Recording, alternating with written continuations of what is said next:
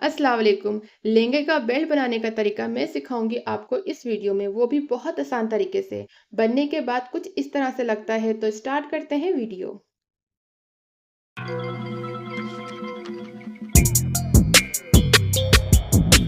सबसे पहले आपने 1.5 इंच के बेल्ट पे आपने 4 इंच की चौड़ी पट्टी पे चिपका लेना है। एक तरफ से आपने ग्लू से चिपका लेना है, जिस तरह से मैंने चिपकाया मैं आपको शो कर देती हूँ कि हमने 1.5 इंच की इसकी चौड़ाई ली थी और इसकी लंबाई मैंने ली थी 21.5। 1 इंच हमने इसका बढ़ाना होता है ताकि हम बेल्ट के ऊपर हमारा जो हुक होगा उसके लिए हमने एक्स्ट्रा 1 इंच रखना होता है, यानी कि हमने 22.5 रखा। तैयार हमें चाहिए 21.5। अब हमने उल्टे साइड पे स्टेप बनाना है हुक के लिए। आपने ले लेना है आधा इंच की चौड़ाई प्रेस बुकरम और आपने चिपका लेना है उससे आधा आधा इंच बढ़ाकर, यानी कि तकरीबन 1 इंच से बढ़ा के अपने कपड़े पे चिपका लेना है और एक साइड से इस तरह से सी लेना है।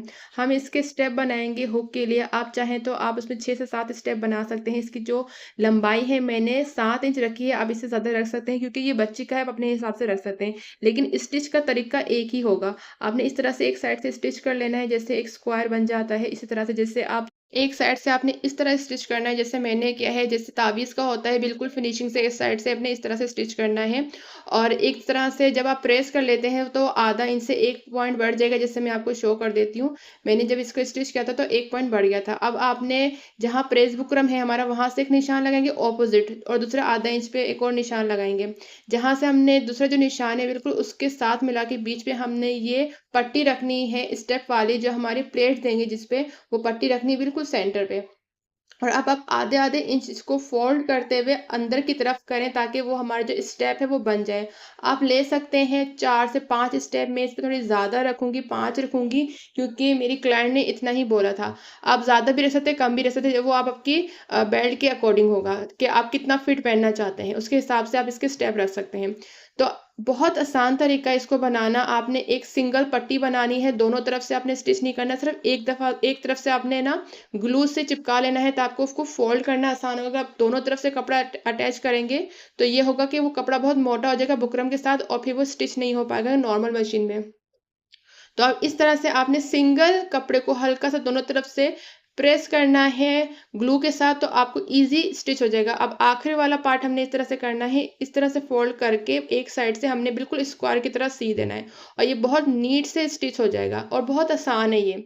आप इसे ट्राउजर में भी बना सकते हैं, ज़्यादातर ये लेंगों में बनता है। ट्राउजर पे आप स्टेप कम रखें क्योंकि साइड पे हमारी जिप होगी तो हमें बहुत ईजी हो जाएगा वेयर करना।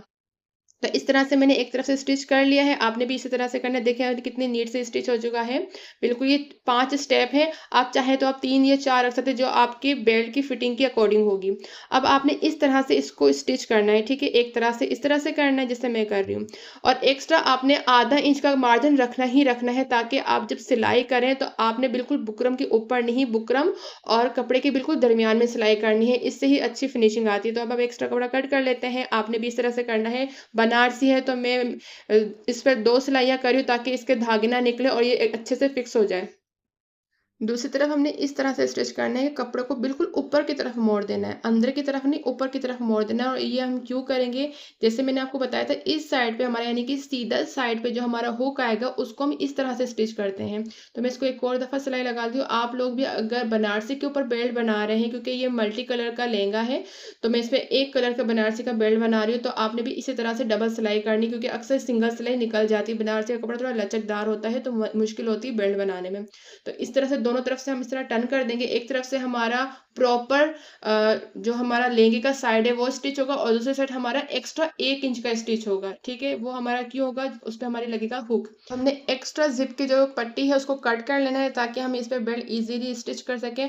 उससे पहले, क्योंकि ये बनारसी का है तो एक्स्ट्रा कपड़ा बहुत उस पे निकल जाएगा। मैंने इस पे एक सिंगल सिलाई भी की थी, आप लोगों ने भी जरूर करना है लेस के साथ। अगर आप कुछ अब अटैच कर रहे हैं तो एक सिंगल सिलाई जरूर करें ताकि इसका जो धागा है वो बहुत हद तक के कम हो जाए, क्योंकि नॉर्मली जब आप बनारसी स्टिच कर रहे होते हैं तो उसका धागे मज़ीद निकाल रहे होते हैं, आपको उससे फ़ौरन स्टिच करना होता है। तो मैंने जल्दी से इसके एक्स्ट्रा धागे कट कर लिए, जैसे कि आपको नज़र आ रहा है, ताकि हम इसको बेल्ट को ईज़ी तरीके से स्टिच कर सकें। अब हमने क्या करना है, ये जो हमारा एक साइड है जहाँ पे हमने हुक अटैच किए थे, उस साइड से हमने स्टार्ट करना है और हमने सीधे तरीके से हमने स्टिच नहीं करना, हमने ऊपर से स्टिच करना है पहले, ताकि अच्छे से पक्का भी हो जाए बेल्ट स्क्वायर के साथ, ताकि हमारी सिलाई भी ना निकले, पक्की हो जाए।